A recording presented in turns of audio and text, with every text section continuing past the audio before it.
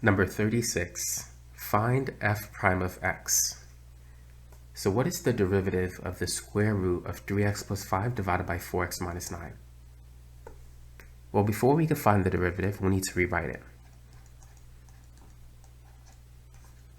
Whenever you have something that is inside of the square root, it's going to be that something raised to the 1/2. So now this problem is going to be very similar to the previous problem. So first, what we need to do is we need to use the chain rule version of the power rule. We need to differentiate u to the n, which will be n u to the n minus 1, and then times u prime. So here we're just basically dealing with this exponent, and then when we need to find u prime, we need to use the quotient rule to find the derivative of the stuff that's inside.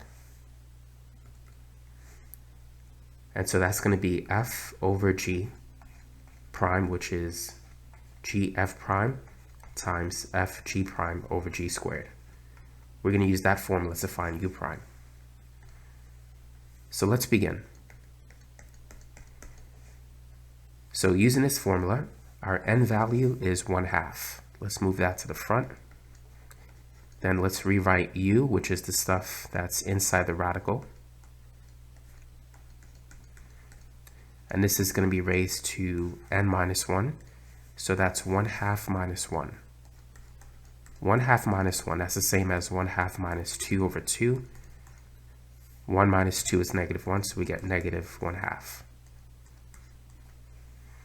And then times u prime. So to differentiate this rational function, we need to use the quotient rule. So let's define f and g. F is going to be the numerator, 3x plus 5.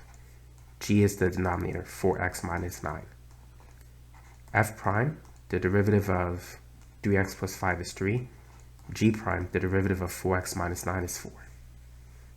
So now using the formula g f prime, g is 4x minus 9 times f prime, which is 3, minus f, that's 3x plus 5, times g prime, which is 4. And this is all divided by g squared. So 4x minus 9 squared.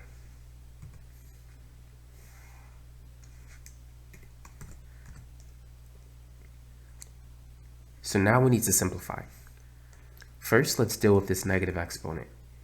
To make this exponent positive, we can flip this fraction.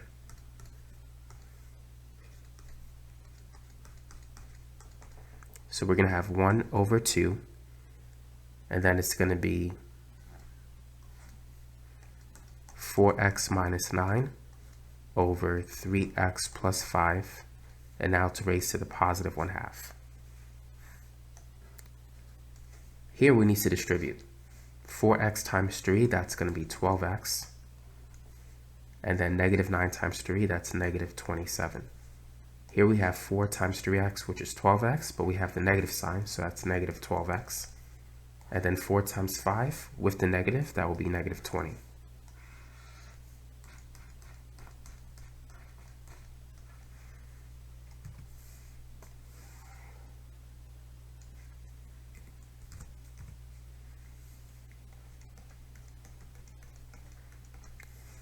Now I'm going to apply the 1/2 to each of these parts separately.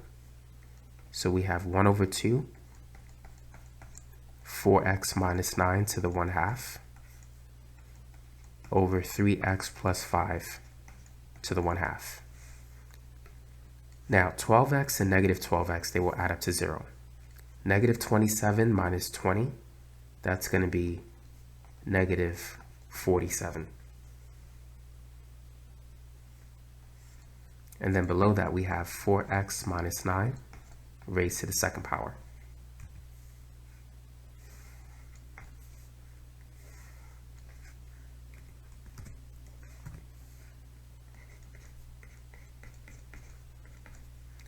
Now let's see if we can combine this. Notice that these two are similar. When we divide them, we need to subtract the exponents. 1/2 minus 2. 1/2 minus 2 We can multiply the 2 by 2 over 2. This becomes 1/2 minus 4 over 2. 1 minus 4 is 3, or negative 3. So we get negative 3 over 2. So when dividing these two, we're going to get 4x minus 9 raised to the negative 3 over 2 in the numerator. But if we bring it to the denominator, the negative 3/2 becomes positive 3/2. But if you want to show your work step by step, you can initially put it in the numerator like this. And you can combine this into a single fraction. In the next step, we can basically bring this down.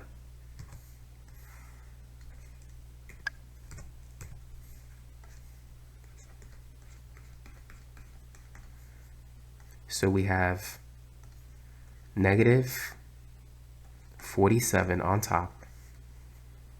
We have a 2 on the bottom. We have a 3x plus 5 raised to the 1/2. And we have a 4x minus 9 raised to the 3/2. Now let's put our answer back in radical form.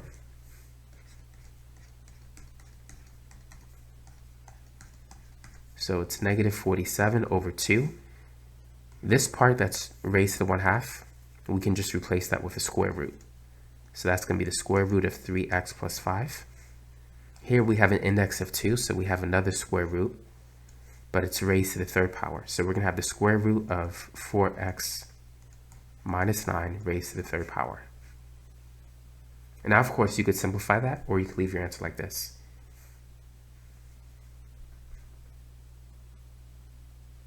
If you want to simplify it,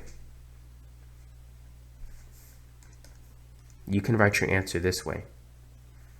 So when you see the square root of 4x minus 9 raised to the 3rd power, you can see it like this. The square root of 4x minus 9 raised to the 2nd power times the square root of 4x minus 9 raised to the 1st power. 2 plus 1 will add up to 3. Now, both of these have the index of 2. Here, the 2's will cancel, and you just get 4x minus 9. And here you just have a regular square root 4x minus 9. So, if we want to,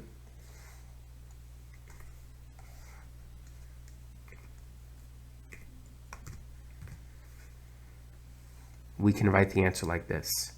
2 times 4x minus 9 times the square root of 3x plus 5 times the square root of 4x minus 9. And then we can combine these two into a single radical, leaving the final answer like this. 2 times 4x minus 9, and then square root 3x plus 5 times 4x minus 9. So if you were to leave the answer like this, chances are your professor will give you full credit. Or if you leave it like this is fine too. So when you're simplifying, there might be more than one acceptable way to leave your answer in its, in an acceptable simplified form.